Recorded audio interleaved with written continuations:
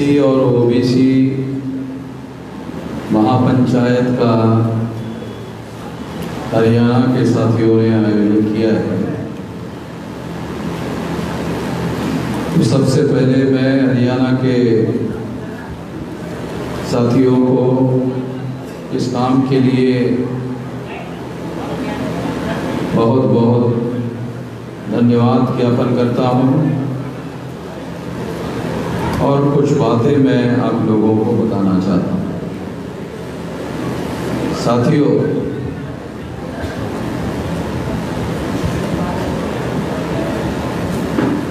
इस देश में हम लोग हजारों सालों से गुलाम बने हुए हैं। देश को आज़ादी मिलने के बाद भी और देश में संविधान लागू होने के बावजूद भी हम लोग इस देश में गुलाम बने हुए हैं, बनाए हुए हैं।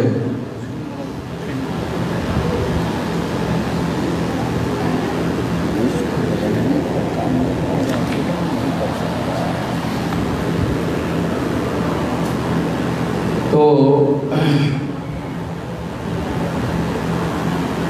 इसकी बहुत बड़ी वजह हम लोगों को जानने की ज़रूरत है, समझने की ज़रूरत है। इसकी वजह, गुलाम बने की वजह, गुलाम बनाए जाने की वजह अंधविश्वास नहीं है। अंधविश्वास की वजह से हम गुलाम नहीं हैं। इस देश में जो शेड्यूल कास्ट के लोग हैं, बैकवर्ड क्लास के लोग हैं, वो शेड्यूल कास्ट के लोगों को इस देश में 1703 जाति के टुकड़ों में ब्राह्मणों ने बांटा। तो बटे हुए लोग नहीं हैं, बांटे हुए लोग हैं।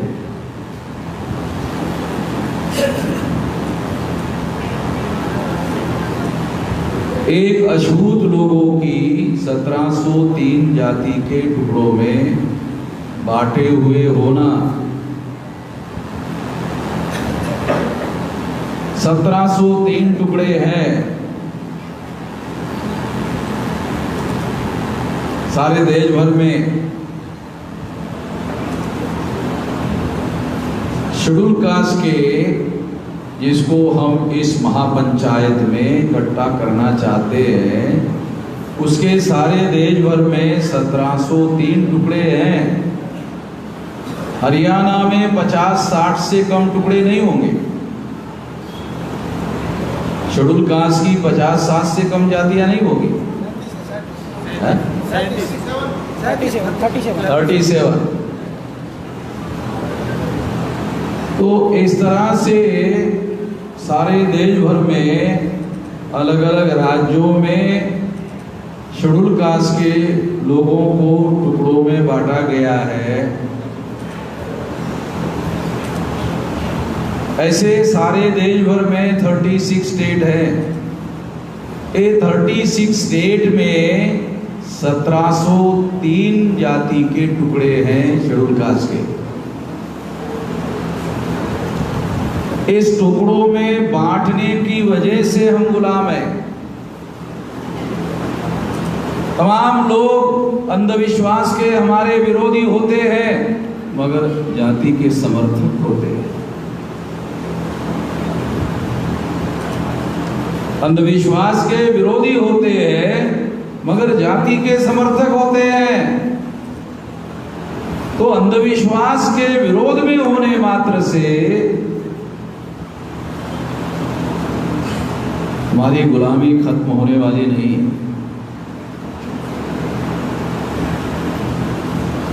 तो इसलिए हमको ये जो ब्राह्मणों के द्वारा पहले हमें बांटने के लिए वर्ण व्यवस्था बनाई। 4 वर्णों में लोगों को बांटा गया और ब्राह्मणों ने सबसे ऊपर अपने आप को रखा। बनाने वाले वही थे। कैथल में यही बात मैं कह रहा था, ब्राह्मणों को अच्छी नहीं लगी, जो सच था। वो 2-3 हजार साल से हमारे विरोध में कह रहे थे, बोल रहे थे, हमको नीच बनाने का काम कर रहे थे, हमको टुकड़ों में बांटने का काम कर रहे थे। हमारे लोगों ने हजारों सालों से ये बात बर्दाश्त की। अभी हमारे लोग इस बात को जान रहे हैं, समझ रहे हैं और इसके बारे में बोल रहे हैं। बाबा साहब अम्बेडकर के द्वारा संविधान के आर्टिकल 19 में बोलने की आजादी दी गई है, संगठन बनाने की आजादी दी गई है। मनुस्मृति में हमें बोलने की आजादी नहीं थी, संविधान में बोलने की आजादी है। मनुस्मृति में हमारे लोगों को जागृत करने की आजादी नहीं थी, संविधान में हमें जागृत करने की आजादी दी है। मनुस्मृति में संगठन बनाने की आजादी नहीं थी, संविधान ने हमें संगठन बनाने की आजादी दी है। आर्टिकल 19 में संविधान के संगठन बनाने की आजादी दी है। तो 1703 टुकड़ों में बांटे गए लोगों को जगाना होगा।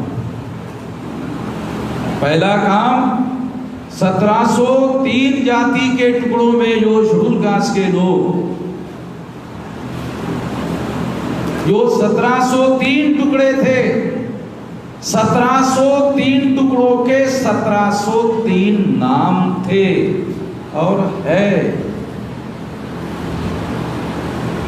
उन सभी लोगों को सेकंड इंडिया एक्ट 1935 के तहत बाबा साहब आम्बेडकर ने एक नाम दिया, शेड्यूल कास्ट। जिनके 1703 टुकड़े थे उनको बाबा साहब आम्बेडकर ने एक नाम दिया, शेड्यूल कास्ट। हमारे लोगों के पास जानकारी भी नहीं है, ज्ञान नहीं है, ऐसा नहीं कह रहा। ज्ञान बड़ी बात है, जानकारी नहीं है, ज्ञान कहां से होगा? जानकारी ही नहीं है तो ज्ञान कहां से होगा? ज्ञान तो जानकारी से आगे है। तो सेकंड इंडिया एक्ट 1935 में बाबा साहब आम्बेडकर ने 1703 टुकड़ों के लोगों को इकट्ठा करने के लिए एक नाम दिया, शेड्यूल कास्ट।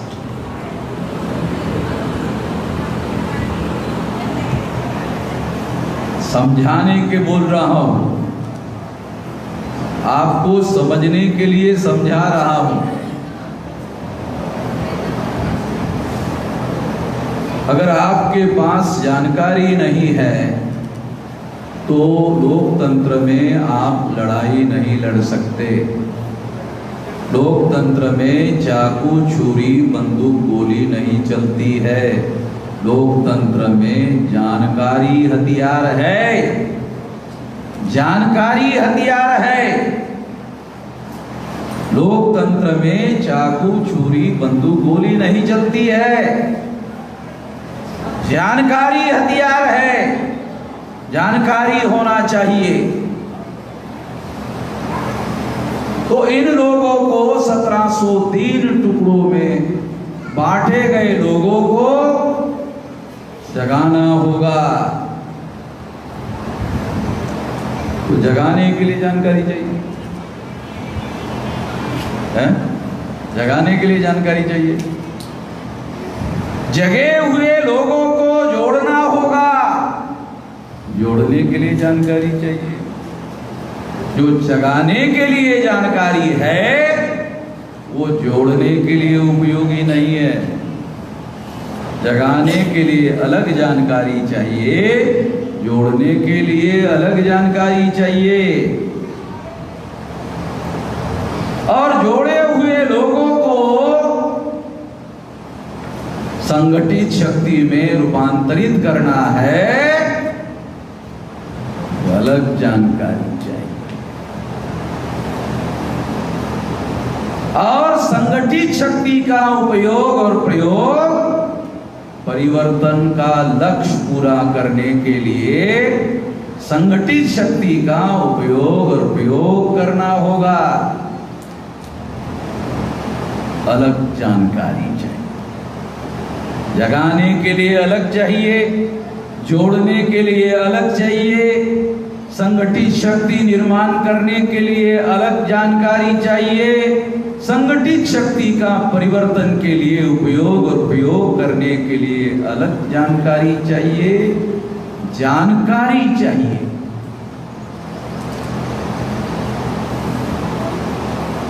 हथियार है जानकारी। क्यों? चाकू छुरी बंदूक गोली लोकतंत्र में नहीं चलती है।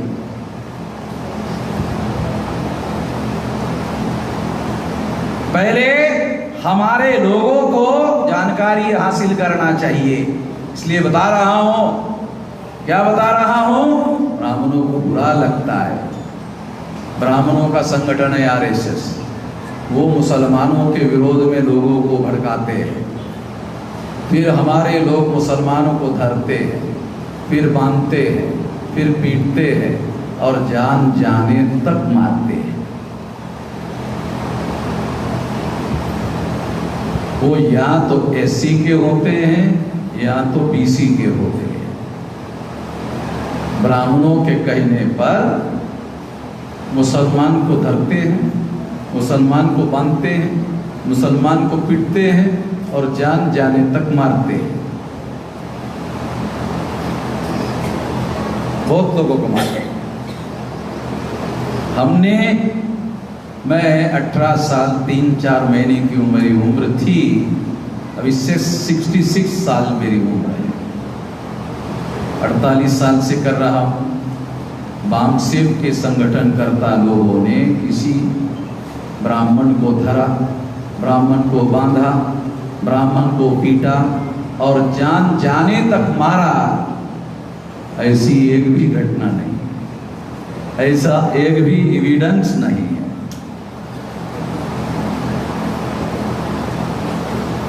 समझ रहे हो क्या बोल रहा हूं? तब भी ब्राह्मणों को बुरा लगता है हमारा बोलना। हमारा बोलना, हम गोली नहीं चला रहे हैं, ब्राह्मण पर गोली नहीं चला रहे हैं, बोली चला रहे। बोली, गोली नहीं। हम गोली नहीं चला रहे, बोली चला रहे हैं। फिर भी ब्राह्मण को बहुत बुरा लगता है। और कैथल में ब्राह्मण लोगों ने बुरा माना, हमारे नाम का मुर्दाबाद किया, कम मुर्दाबाद किया और थोड़ा ज़्यादा करना चाहिए था। ब्राह्मण मेरा मैदान में आके विरोध नहीं कर रहे हैं। बहुत दुखी हुई इस बात से। ब्राह्मण मेरा सारे देश भर में मैदान में आके विरोध नहीं कर रहे हैं, इससे मैं बहुत दुखी हूं। क्यों?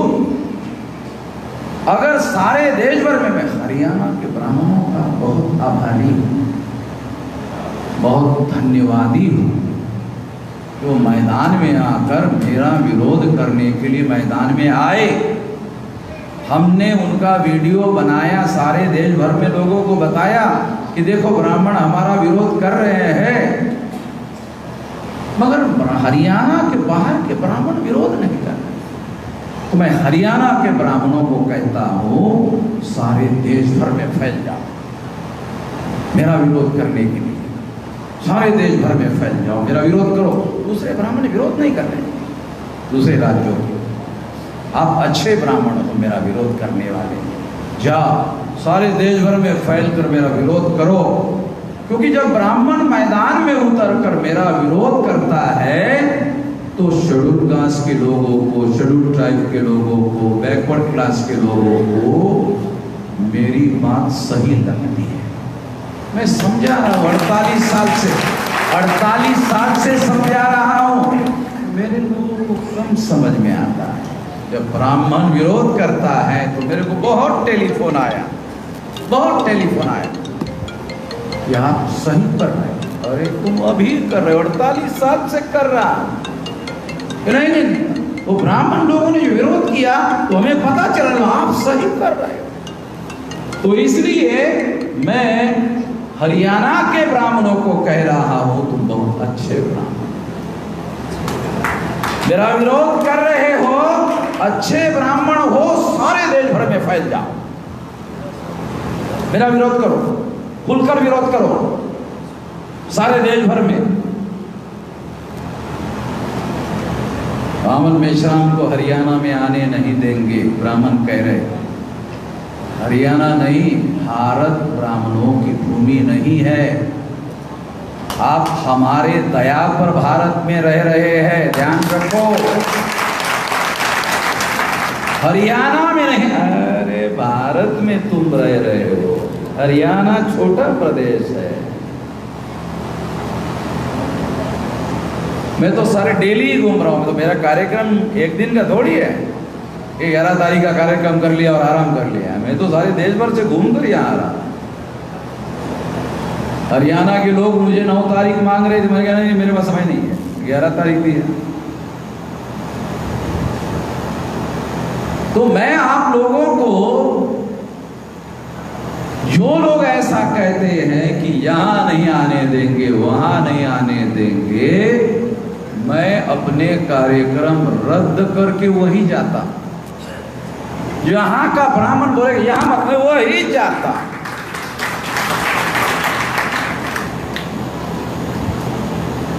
और ये टेस्ट करता हूं उसकी कितनी औकात है, उसकी औकात कितनी है। आप लोगों को मालूम नहीं है, मैं जानता हूं। जब हरियाणा के ब्राह्मणों ने विरोध किया मैदान में आकर, तो हरियाणा के सूझबूझ रखने वाले ब्राह्मणों की मीटिंग हुई। आपको पता नहीं है? अरे ऐसा मत करो। क्यों? वामन मिश्रम को फायदा होता है, उसका संगठन बढ़ता है, उसकी ताकत बढ़ती है, और जितनी संगठित शक्ति बढ़ेगी वामन मेश्राम की, उतना खतरा हमारा बढ़ेगा। तुम समझ नहीं रहे हो। कैथल में गए, गलत किया, महेंद्रगढ़ में मत जाना। आए क्या? नहीं आए, आपको पता नहीं है। सूझबूझ रखने वाले ब्राह्मणों ने मीटिंग की और उनको समझाया। अरे तो हमें समझ में नहीं आ रहा था। विरोध मत करो, कम लोगों में वामन मेश्राम की बात जाएगी। विरोध करोगे ज्यादा लोगों में पहुंचेगी। जल्दी हमारा राम नाम सत्य होगा। राम नाम सत्य समझ में ना? हमारे लोगों को जो भाषा समझ में आती है वो बोलता हूँ।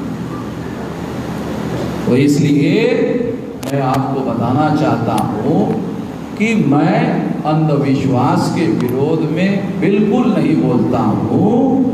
मैं वर्ण व्यवस्था और जाति व्यवस्था के विरोध में बोलता हूँ।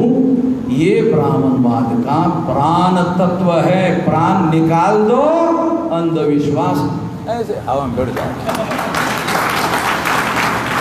ऐसे हवा में उड़ जाएगा। जड़ को पकड़ो। अगर आप झाड़ की फांदियां तोड़ोगे तो झाड़ खत्म हो जाएगा। कैसे होगा? झाड़ में ताकत होती है, अगले बरसात में और 2-4 फरदोड़े फांदियां आती है, झाड़ साला वैसे खड़ा रहता है। एक ब्राह्मणवाद की जड़ है वर्ण व्यवस्था और जाति व्यवस्था। उसको अगर खत्म कर दोगे, एक पूरा झाड़ उखड़ के खत्म हो जाएगा। ये करना जरूरी। इसलिए मैं तमाम जगह, हर जगह एक बात कि 1703 टुकड़ों में ब्राह्मणों ने बांटा, इनको जगाओ, इनको जोड़ो, संगठित शक्ति निर्माण करो, फिर संगठित शक्ति का उपयोग करो। फिर पिछड़ा वर्ग ओबीसी की 3743 जाति के टुकड़े हैं ऑल इंडिया में।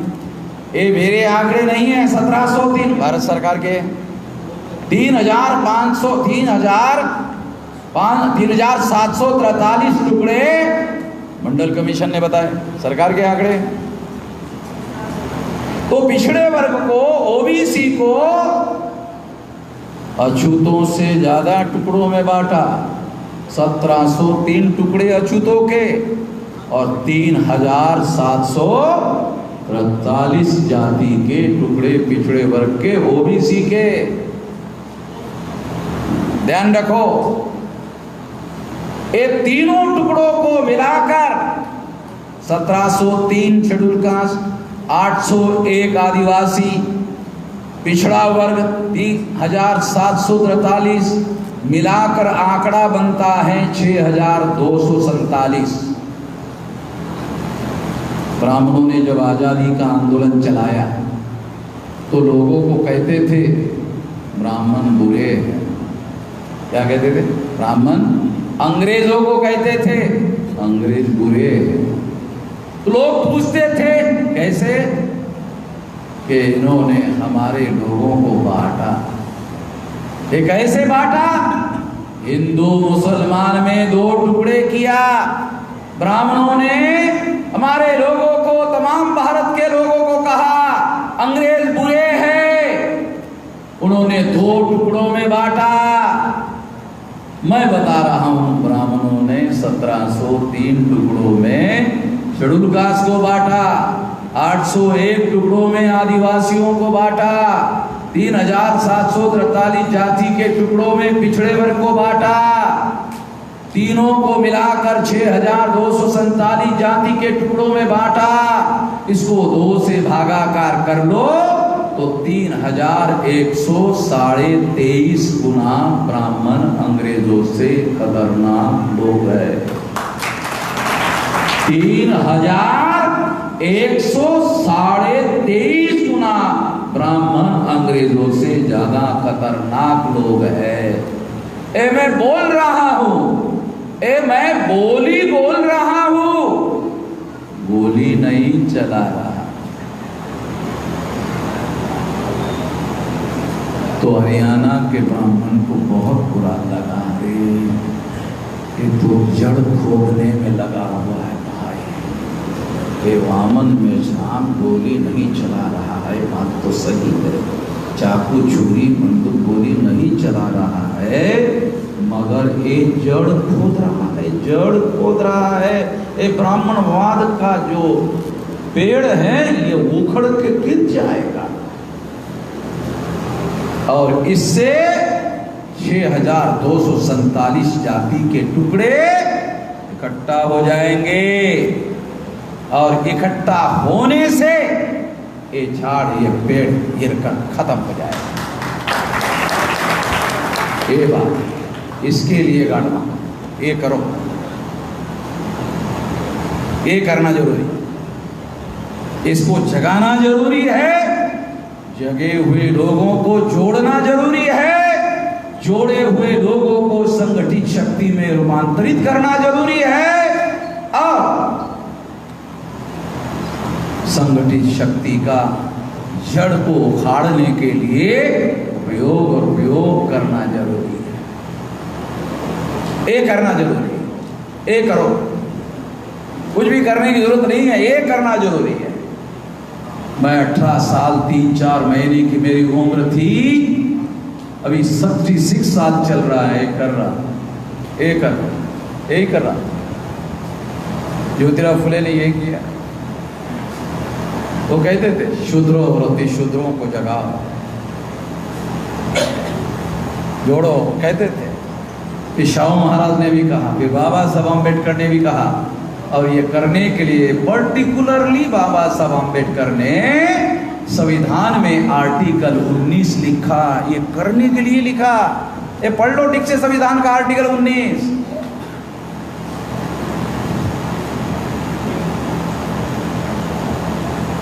अभी वाराणसी में यही बताने के लिए कार्यक्रम कर रहा था, तो ब्राह्मणों ने, वहाँ बीजेपी की सरकार है, वहाँ पुलिस वालों को प्रभावित करके हमारा कार्यक्रम रद्द कर दिया। मामला हाईकोर्ट में गया, हाईकोर्ट से नोटिस इश्यू हो गया।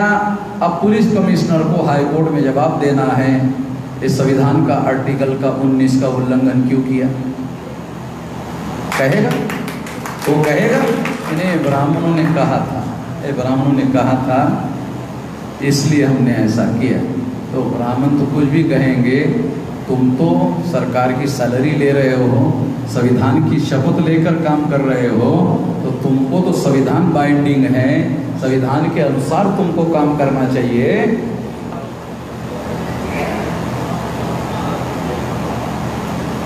तो हम संविधान के दायरे में रहकर काम करते हैं। हम कभी कोई हिंसा करने का काम नहीं करते, न हिंसा करने का समर्थन करते हैं। जो संविधान ने हमें अधिकार दिया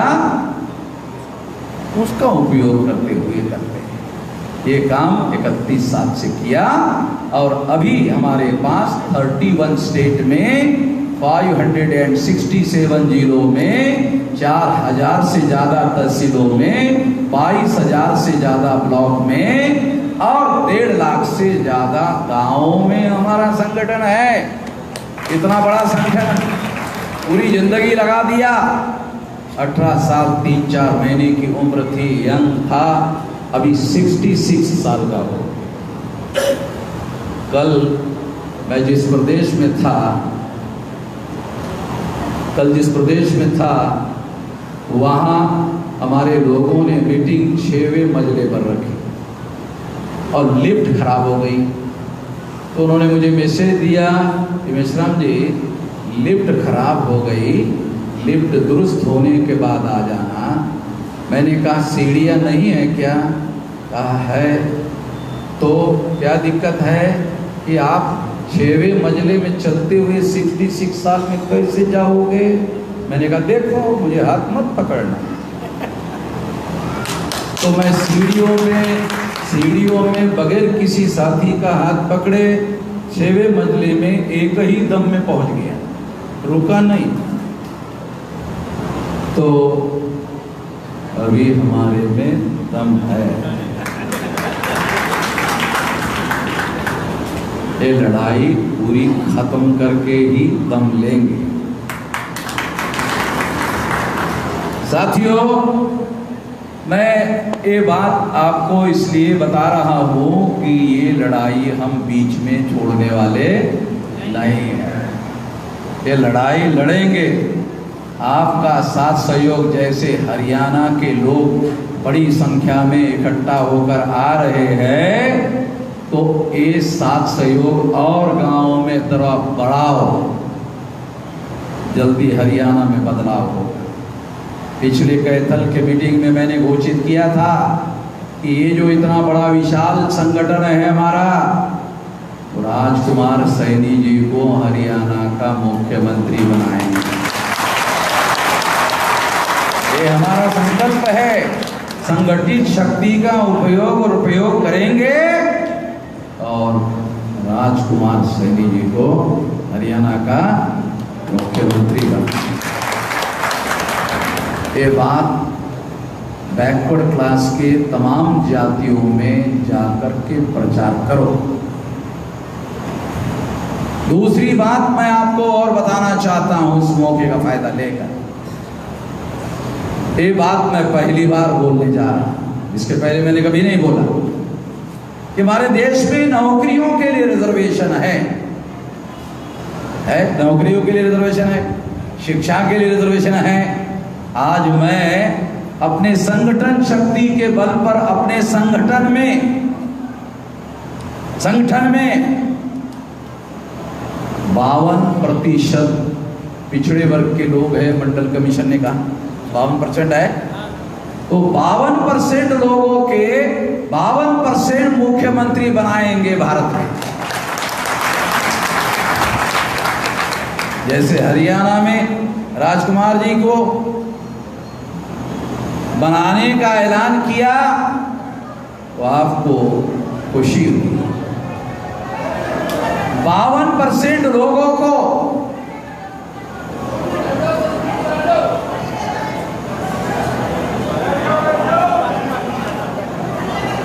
अरे उनको मुख्यमंत्री बनाया नहीं जा रहा इसलिए दुखी होगी।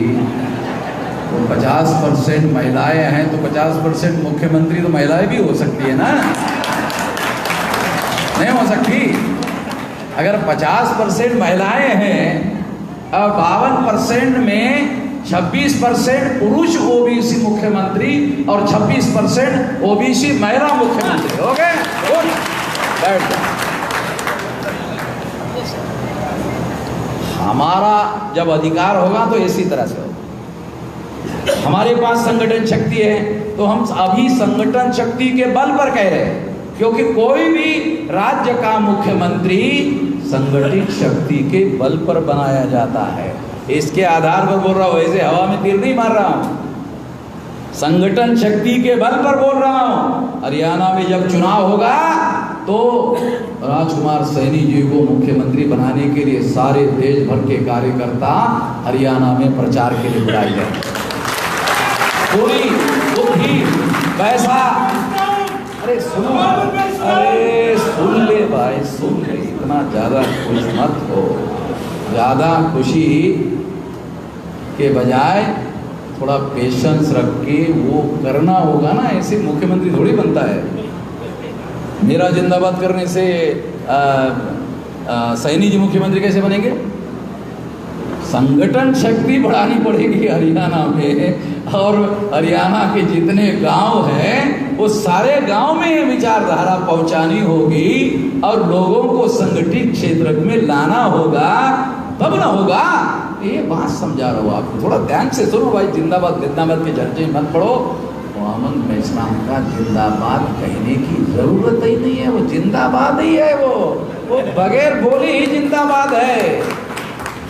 मैं अपने बल पर इतना बड़ा संगठन खड़ा किया, हमारे लोगों को इस देश में प्राण बनाए हुए देखना चाहते हैं। मोहम्मद मैसराम को नहीं बनना है, हमारे समाज को बनना है और बनाना है। इसके लिए जिंदगी लगाई। छोटा लक्ष्य नहीं है हमारे जिंदगी के सामने कि एक आदमी को बन जाना है, समाज को बनाना है। तो 52% में 26% पुरुष ओबीसी को मुख्यमंत्री और 26% महिला ओबीसी मुख्यमंत्री। ये बात फैला, देखो ये बात फैलाओ तो और अगले बार इससे ज्यादा महिलाएं आएगी। इसको फैलाओ तो और ज्यादा आएगी। दूसरी बात, अगर शेड्यूल कास्ट की संख्या 15% है ऑल इंडिया में, तो ऑल इंडिया में शेड्यूल कास्ट के 15% मुख्यमंत्री होंगे। तो ये तो काशीराम जी का स्लोगन था ना, जिसकी जितनी संख्या भारी उसकी उतनी हिस्सेदारी है, कहा था ना। तो ये काम हम करेंगे, 15% शेड्यूल कास्ट के मुख्यमंत्री बनाए जाएंगे। 7.5% आदिवासी, उनके अंदर 15% में भी 7.5% महिलाएं हैं, उनको भी। आदिवासी 7.5% है, 4.25% उनके भी महिलाओं का मुख्यमंत्री। ठीक है, 20% माइनॉरिटी है, उसका भी मुख्यमंत्री। और जब यूरेशियन ब्राह्मण भारत में आए तो उन्होंने यहाँ आकर यहाँ की प्रजा से, यहाँ के जो मूल प्रजा है उस मूल प्रजा से क्षत्रिय बनाया। तो जो क्षत्रिय है ना भारत में, जानते हो, ये मूल रूप से नाग लोग है। ये जो मौर्य साम्राज्य का नाम सुना आप लोगों ने? मौर्य है, सम्राट चंद्रगुप्त मौर्य, अशोक मौर्य, बृहदत्त मौर्य, जिसकी हत्या पुष्यमित्र शुंग नाम के ब्राह्मण ने करके उसके बाद रामायण लिखी। उसकी हत्या करने के बाद रामायण लिखी, उसके बाद महाभारत लिखा। महाभारत में धर्मराज है? अशोका को सामने रख के लिखा धर्मराज है। किसी को पता है इतिहास का? हमारे अशोका को धर्मराज कहा जाता था, है किसी को पता? थोड़ा इतिहास हमारा बता रहा, दूसरों का नहीं बता रहा। ब्राह्मणों ने ये बातें हमारे लोगों को नहीं बताई। सिंधु घाटी सभ्यता में ब्राह्मण नहीं थे, उसके बाद ब्राह्मण नहीं थे, कई हजार साल बाद ब्राह्मण भारत में आए। मौर्य लोगों का साम्राज्य इस देश में स्थापित हुआ। इस देश में राजनीतिक संस्थाओं का निर्माण दुनिया में जब कुछ नहीं था। यूरोप और अमेरिका में लोग वहां के पत्थर और पत्थर को खींचकर आग निकालते थे। समझ में आ रहा क्या बोल रहा हूं? यूरोप में लोग जब पत्थर और पत्थर को खींचकर आग निकालते थे, तब मौर्य लोगों ने साम्राज्य स्थापित किया। अंदाजा लगाओ हमारे महापुरुषों का, हमारे महानता का, छोटे लोग नहीं हैं।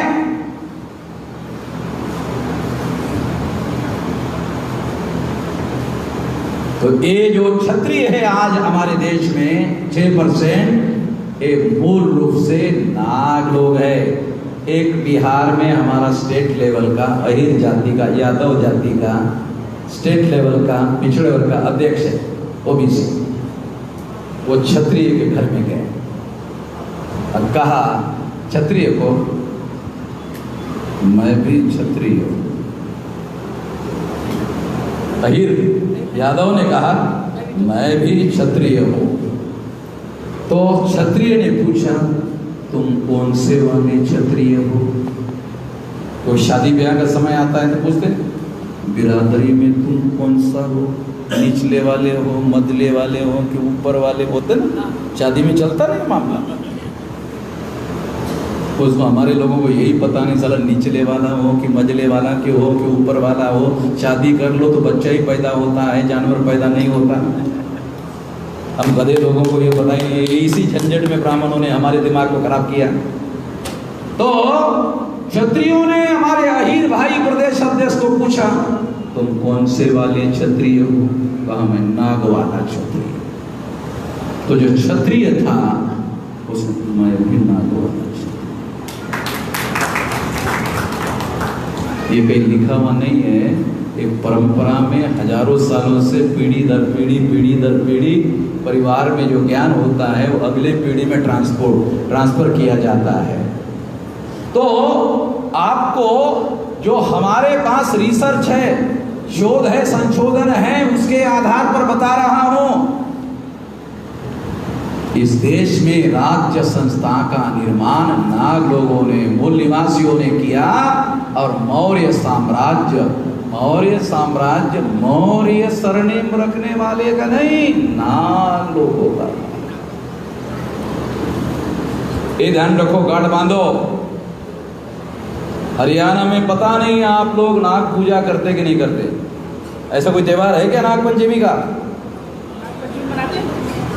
नाग पंचमी है, सारे देश भर में नाग पंचमी का पूजा होती है। दुनिया में कहीं नहीं होती, भारत में होती है। ये वजह है नाग लोगों का।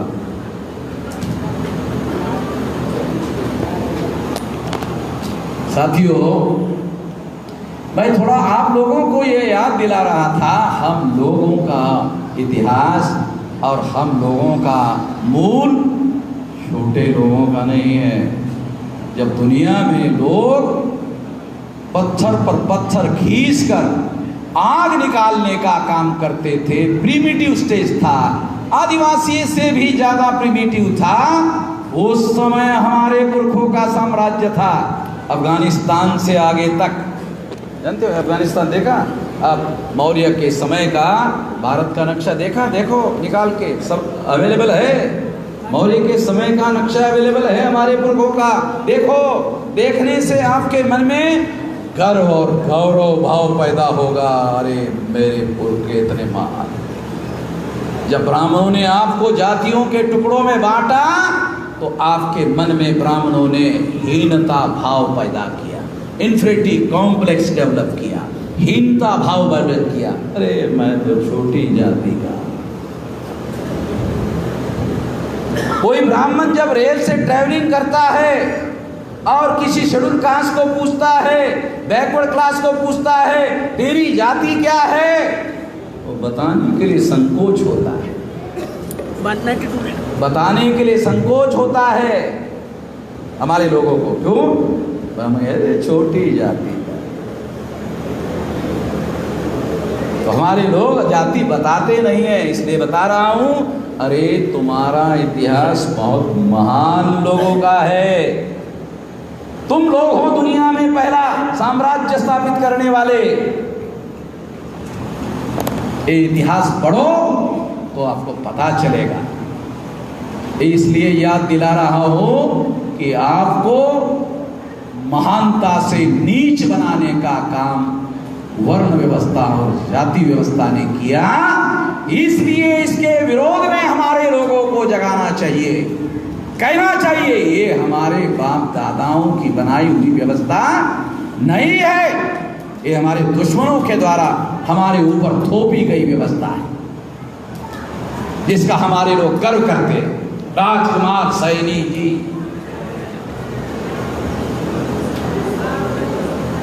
ये जाति जिसको आप गर्व करते हो, किसी की भी जाति हमारे बाप दादा ने नहीं बनाई, जिसका हम गर्व करते रहते हैं। इसमें गर्व करने वाली क्या बात है?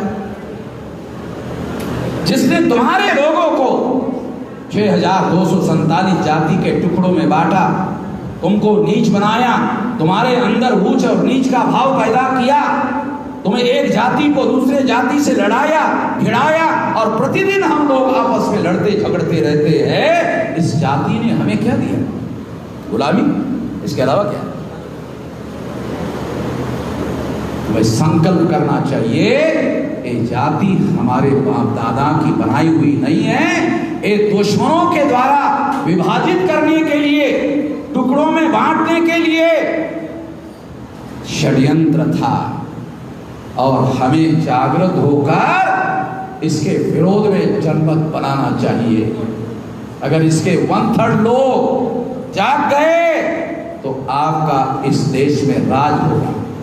35%, अरे कांग्रेस का राज 30% से दिल्ली में होता था। मायावती 29.40% से यूपी की मुख्यमंत्री बनी थी।